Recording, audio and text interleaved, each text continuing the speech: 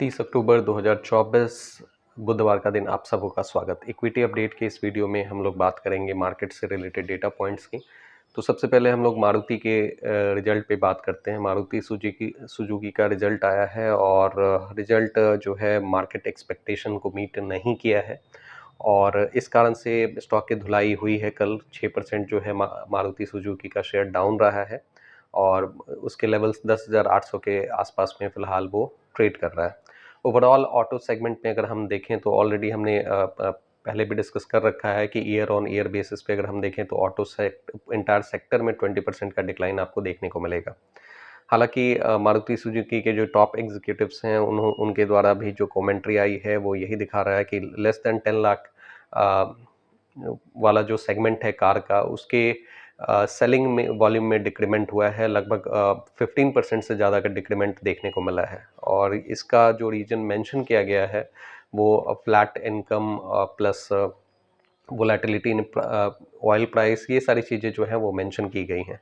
So it's a matter of concern, चूँकि India's economy जो है वैसे तो जीडीपी ग्रोथ रेट के हिसाब से ठीक ठाक ग्रोथ रेट हम लोग प्रेजेंट कर रहे होते हैं, लेकिन अगर डिमांड साइड अगर आप देखें तो डिमांड साइड जो है वो स्लगिश हो रहा है, इवन डिक्लाइन पे हमें दिख रहा है।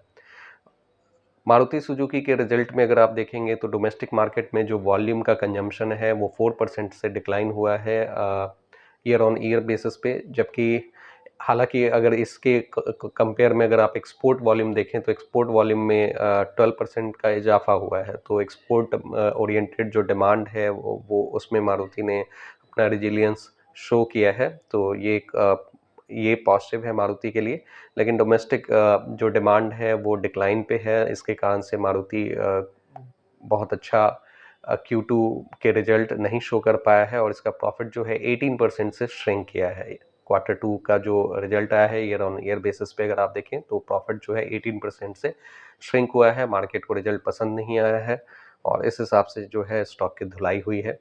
और वैसे भी अभी जो भी स्टॉक्स के रिजल्ट्स आ रहे हैं, जिनके भी रिजल्ट्स ख़राब हो रहे हैं, अर्निंग्स ख़राब हो रही है, डेफिनेटली उसकी धुलाई पिटाई काफ़ी हो रही है। जैसे केपीआईटी का स्टॉक आया था, वो भी केपीआईटी हालांकि सॉफ्टवेयर रिलेटेड कंपनी है, लेकिन वो व्हीकल सेगमेंट से ही रिलेटेड है। व्हीकल सेगमेंट में ही वो सॉफ्टवेयर या एआई रिलेटेड वर्क ज़्यादा उनका होता है। तो इसके कारण से भी चूंकि ऑटो सेक्टर इंटायर सेक्टर में डिक्लाइन है, तो केपीआईटी के भी शेयर में अच्छा खासा डिक्लाइन देखने को मिला था। रिजल्ट वाले दिन लगभग 18% से ज़्यादा वो डाउन हुआ था।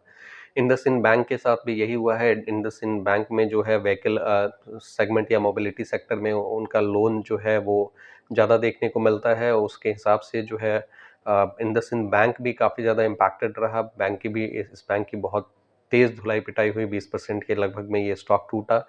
तो ये सारी चीज़ें हैं। ऑटो सेगमेंट जो है अभी बहुत ज़्यादा वीक कंडीशन में है। अभी रिवाइवल के कोई संकेत फिलहाल नहीं है। सो देखते हैं आगे जो अपकमिंग क्वार्टर्स होते हैं उनमें किस तरह से ऑटो सेक्टर जो है वो परफॉर्म करता है।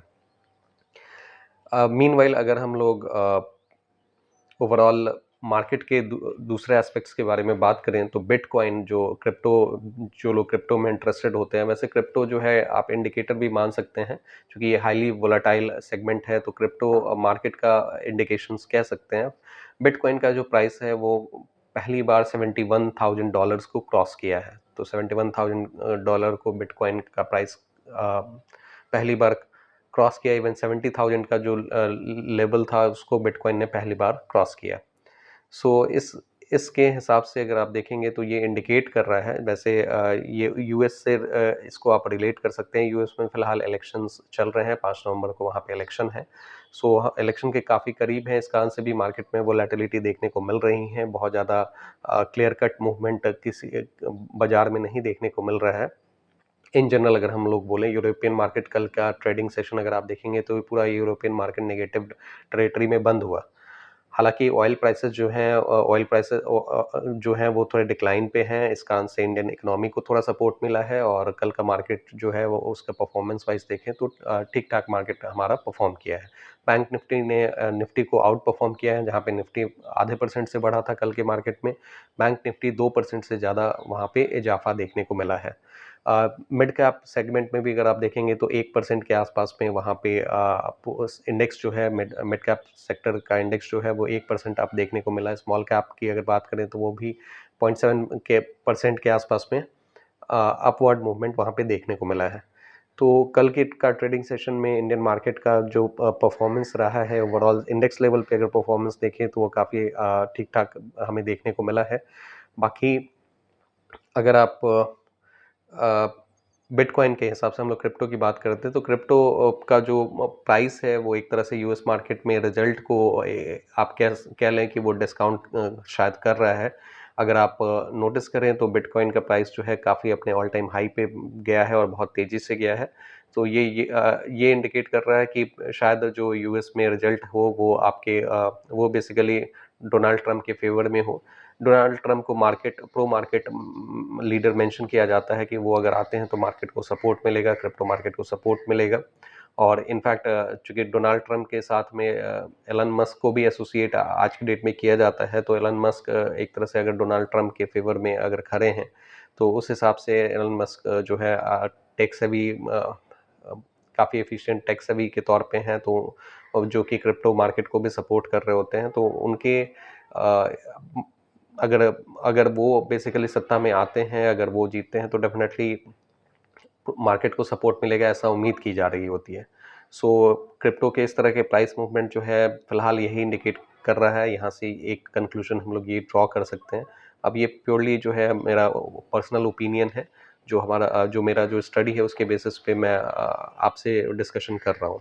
तो ये बिटकॉइन के प्राइस को हम लोग नॉर्मली इस तरह से देख सकते हैं, एक तरह से इस इंडिकेटर के तौर पे यूज़ कर सकते हैं। इसके अलावा पूरे मार्केट सेगमेंट में अगर देखें तो ऑटो सेक्टर जो है काफ़ी वीक चल रहा है। फार्मा सेक्टर की भी कल अच्छी खासी धुलाई हुई है। फार्मा सेक्टर भी मोर देन 1% टूटा है। पूरा ऑटो सेक्टर इंडेक्स की अगर बात करें तो लगभग 1.5% के आसपास में ऑटो सेक्टर जो है वो टूटा है कल के ट्रेडिंग सेशन में। तो ये फिलहाल आज के मार्केट से रिलेटेड डेटा पॉइंट्स थे। अगर आपको लगता है कि यहाँ से कुछ वैल्यू मिला है तो आप इस वीडियो को लाइक करें, इस चैनल को सब्सक्राइब करें। आपके अगर कुछ क्वेरीज हैं तो नीचे कमेंट बॉक्स में ज़रूर मेंशन करें। Thank you for your participation.